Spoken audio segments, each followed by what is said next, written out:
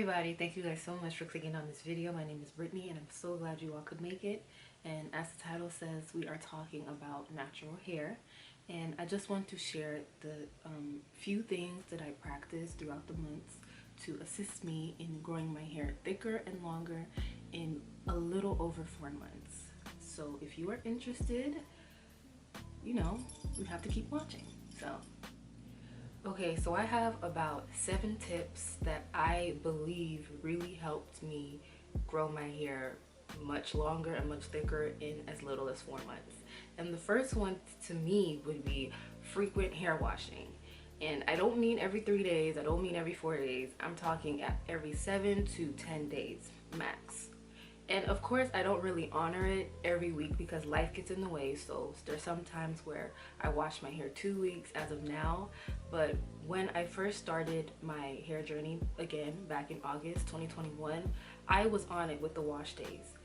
And the reason why this helped me with hair growth is because whenever you're washing your hair, you are basically stimulating your scalp. That is one thing that is key to hair growth, is making sure your scalp is very stimulated. So I know some people use the greenhouse method. Some, there are different ways that you can stimulate your scalp to increase and promote hair growth. And so that's why I believe that washing my hair frequently helped me a lot, because when you're washing your hair, you're more focused on the scalp than anywhere else. So with that, you're stimulating your scalp, and wherever there's stimulation, there's blood flow, and blood flow equals hair growth, essentially. Not only washing my hair, but I also take out time to do scalp massages too. I know I don't really do this every single wash day, but whenever I remember, I try my best to incorporate scalp massages. And all you really need is a shampoo brush that's at the beauty supply for $1 or $1.50. Right before I wash out the shampoo, I stimulate my scalp about 3 to 5 minutes. You can also purchase stimulating oils like peppermint oil, tea tree oil, that'll get the scalp real tingling. I really didn't do this, but this is just an extra thing that I remembered. You can get these kind of stimulating oils and apply them in your hair either in the morning, preferably at night, because that's when your cells are repairing and that's basically the best time to do it. And you put that on your scalp. It's very stimulating, it's tingly, and that's because that's your scalp just responding really well to the oil. But I know a double combo would be both the scalp massager and the stimulating oils. I'm sure that would be a really superior combo. Again, I didn't do this, but I'm sure it will definitely promote hair growth as well. Now this second tip is, at this point it's a cliche, but there's a reason why people keep saying this over and over again, because it definitely works, and that would be to deep condition your hair every single time you wash it. Because I used to be like, oh, since I'm conditioning, there's no point in deep conditioning. No, you have to deep condition. And again, this is a very cliche tip, but it definitely works.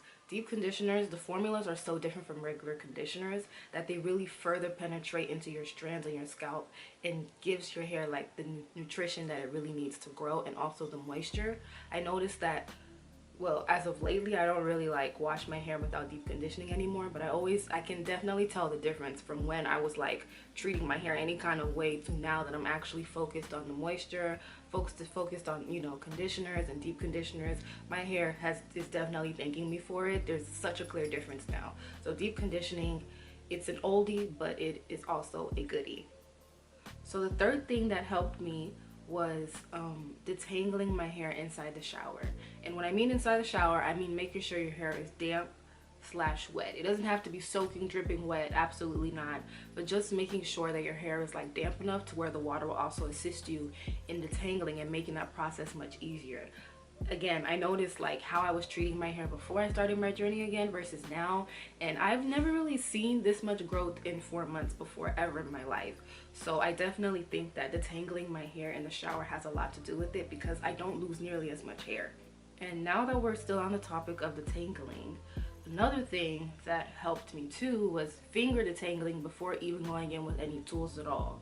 So I would get into the shower, I would run my hair under the water and using my fingers to get some of those fairy knots out, and then I would go in with my tangle teaser or with my shampoo detangling brush or whatever, because it finger detangling definitely takes your hair a long way, because the key to growth and thickness is to reduce the amount of breakage as you possibly can. So finger detangling is what was one thing that really helped. You've got 10 of them, and you can utilize them in the shower before going in with your brushes or whatever it is that you use to detangle, and it's a less painful process above all. So my camera overheated, and I do not remember what number I'm on, but another thing that helped me grow my hair longer and thicker was to avoid unnecessary heat and stretching and manipulation. Sometimes it's just best to just leave your hair the way that it is. Sometimes you just have to leave your hair alone for it to grow. I primarily do wash and goes, and typically after you do a wash and go, you're supposed to stretch your hair to, there's nothing wrong with stretching your hair. It's actually good for you to stretch your hair because it reduces the amount of tangles that you'll have towards the next wash day, and which will further lead to less breakage. So, and also it allows our scalp oil, the sebum, to penetrate and to get all the way down to our strands. So stretching your hair is good. It's definitely necessary to stretch your hair, but doing it like every day, that is the one that I don't think is necessary, because at that point you're applying blow dryer heat, you're combing through it, you're twisting it, braiding it, doing all those things. And sometimes that is what can get in the way between you and healthy hair, is when you're always manipulating it, and especially heat. I don't really put heat on my hair, to be honest. For the most part, I allow my hair to air dry after I'm done with my wash and go, and when it comes to stretching it, I put it on very low heat. I put it in because I really don't even care for my hair to be super overstretched. I don't care that much. As long as the curls are there, I'm good. So I definitely avoid picking up the blow dry every day. And yeah, just avoid unnecessary manipulation, because it's just not necessary. That's all I could say. Avoiding protective style. I don't mean like this, because this technically is a protective style. Styling your natural hair, depending on how you style it, would be a protective style. So I really don't mean that. I mean the braids, the wigs. When your hair is in a protective style, you're not really like taking care of it like that. I've not had a protective style since, I think it's been a year since I ever put anything attachment in my hair. And I will definitely say my hair is treating me well because of it. It's definitely grown longer, thicker, and it's because I'm actively moisturizing it, I'm actively deep conditioning, actively detangling, and also I'm avoiding, hairstyles that will cause breakage to my edges, to the back of my hair, to whatever. So that's what I would say. I avoided it, and my hair is flourishing just fine. And there's like this misconception that when your hair is dirty, or when your hair is, of course, when your hair is left alone, yes, you should definitely not try to not do your hair as much.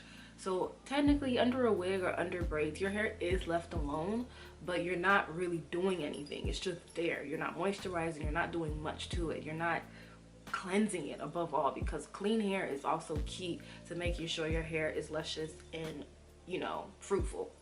Another tip, which might be my last one if I don't think of anything else, would be to avoid tension on your hair as much as you can. And that's why, and now we go back to protective styling, because the wig braids, they be tight, okay? The braids, they be tight, and that's not good for your hair, because that's tension, and tension rips out your hair. So try to avoid tension. And I'm not even just talking about protective styling, even like these kind of hairstyles like this, definitely you can do it once in a while, but this is not a type of hairstyle I would do every day, just because I gotta pull this back and pull this up and tighten it, and there's a lot of tension that comes from these type of hairstyles. So avoid doing it all the time. I like slick back buns or even high up buns. So basically just avoid hairstyles that have to do with scrunching and packing, and these kind of things. They definitely can damage your hair if you keep doing them, especially your edges, for sure. And the very last thing that definitely helped me was wash and goes. Wash and goes are the one thing that definitely helped me grow my hair thicker and longer in a little over 4 months. And I could say the wash and go is what did it, but I think the real key here was that I was consistent. I wasn't jumping from hairstyle to hairstyle, to product. I was very consistent with the products I was using as well as the hairstyle I was doing. I've never done a braid out. I've never done a twist out. This technically is still a wash and go. I've only been doing wash and go since August 2021. You know, so I think that also really greatly helped me, and it's because wash and goes are key. They help you retain moisture a lot. And the next style that I've been eyeing was has been twist outs. That's kind of what I want to get into because I like how soft the curls are, if that makes sense. Like, because braid outs, it's all zigzaggy and I don't know, not really the biggest fan. But twist outs is something that I definitely want to get into in the future, so watch out for that twist out tutorial because it's coming very soon, because I think I've reached my cap with wash and goes. And what I mean by that is basically I've mastered it already. I know what works for me. I know how my hair will look stretched. I know how it's gonna look dried. I know how it's gonna look in 6 days. I know how my curls look. So I think my curls have respected me enough because I do wash and goes, and now it's just time to move on to the next hairstyle. So I will say sticking to one hairstyle definitely helped me, and not switching up my products too much. Like, I don't really buy new products all the time. So I was sticking with the same products, especially the shampoo and conditioner. To me, those are the two most important products that you should find and stick to. Because if your hair loves it, then there's really no need to change it. Yeah, so I think that's basically everything. I covered everything and I didn't leave anything out. And some other things, some extra things that you can do. These are things that I've not started practicing yet, but some things you could do is implement daily scalp massages. You could implement application of stimulant oils like peppermint oil, tea tree oil, and you can also incorporate vitamins, multivitamins, biotin, hair and nail vitamins. These things definitely will promote your hair growth for sure. And don't think that your hair cannot grow, because it can grow. We are all type 4 over here, type 4A, B, and C. Your hair can grow and it will grow. And yeah, so I really hope that you guys learned something from this video. I really hope it was helpful. Make sure you like it, make sure you comment, make sure you subscribe to my channel, and I will keep uploading more videos. I try to you know, upload videos weekly, but you know, life gets in the way. So I really hope you guys like this video, and tell me of any extra tips that have helped you in your natural hair journey, or anything that could help someone else. You can put that all in the comments. You know, we're all here to learn still. And yeah, I'll see you guys in my next video.